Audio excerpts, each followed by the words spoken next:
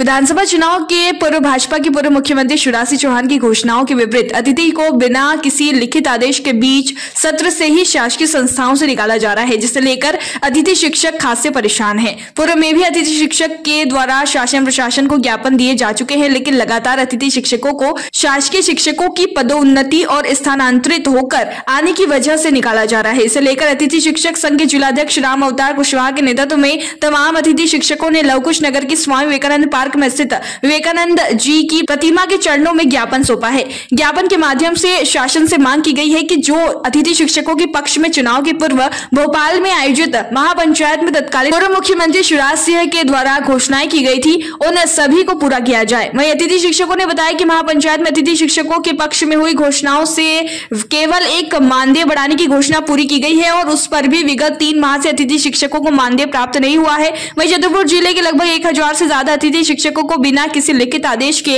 संस्थाओं में मौखिक आदेश पर निकाला जा रहा है, जिसकी वजह से अतिथि शिक्षकों की रोजी रोटी पर संकट आ गया है और बीच सत्र में निकल जाने पर वह बेरोजगार हो गए हैं।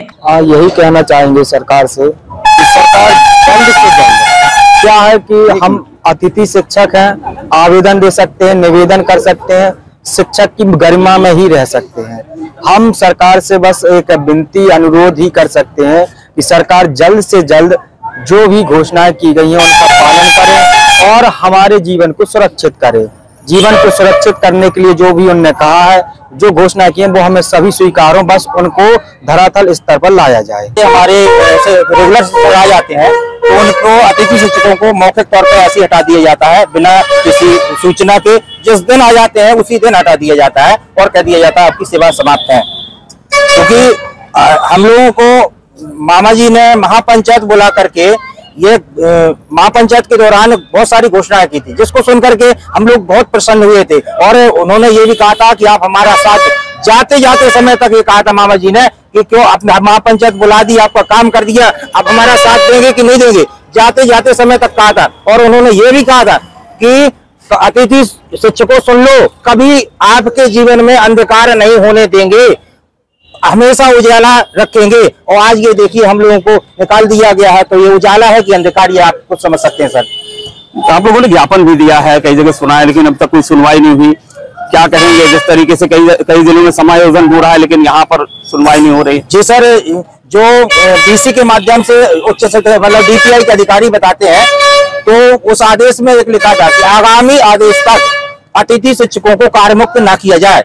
तो उस आदेश के लिए वो DPI के अधिकारी कहते हैं कि जो DO अपने स्वविवेक से काम करें, उस आदेश को पढ़ें और उसके हिसाब से काम करें, निकाले ना कि ना निकाले हमारी बात नहीं, वो आदेश में लिखा है जो उसका पालन करें और स्वविवेक से काम करें कि निकालना है कि नहीं निकालना है। तो मध्य प्रदेश के आधे से अधिक अतिथि शिक्षक, आधे से अधिक जो जिला शिक्षा अधिकारी है वो निकाल रहे हैं और आधे अतिथि जिला शिक्षा अधिकारी नहीं निकाल रहे हैं। निकाले जाने पर बड़े स्थिति, एक तो आर्थिक स्थिति का है, 2-3 महीने से वेतन ही नहीं आई। अतिथि शिक्षक बेचारे क्या करें, कहीं जाएं भी तो नहीं जा सकते हैं और क्या करेंगे पढ़ लिख करके। और गृहस्थी का बोझ, ज्यादातर बच्चे वाले हैं तो उनकी बड़ी परेशानी है। अब बाहर कहाँ जाएं ऐसे समय में, और रास्ता दिखा देते हैं बाहर का। तो कुछ शासन को करना चाहिए, प्रशासन को करना चाहिए, जो अधिकारी वर्ग है ये कुछ समझे, जिससे कि अतिथि परेशान ना हो। एक शिक्षा में शिक्षक का और समाज में शिक्षक का बहुत बड़ा स्थान होता है, इस शिक्षक की गरिमा को समझना चाहिए। अन्यथा क्या होता है, बहुत बुरा परिणाम होता है। क्योंकि कोई मन से ना कहे, दिल से भी ना कहे, लेकिन जो तार होते हैं मन के, ईश्वर से जरूर कांटेक्ट होते हैं, क्योंकि गुरु को बहुत बड़ा दर्जा दिया गया है। अतिथि नाम से कुछ नहीं होता है, लेकिन वो है तो गुरु।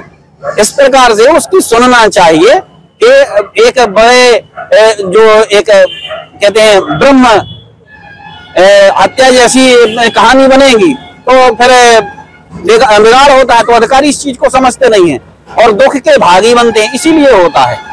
शिक्षक की गरिमा को समझना चाहिए और शिक्षक के लिए कुछ ना कुछ सोचना चाहिए उनको। छतरपुर से भरत यादव की ये रिपोर्ट।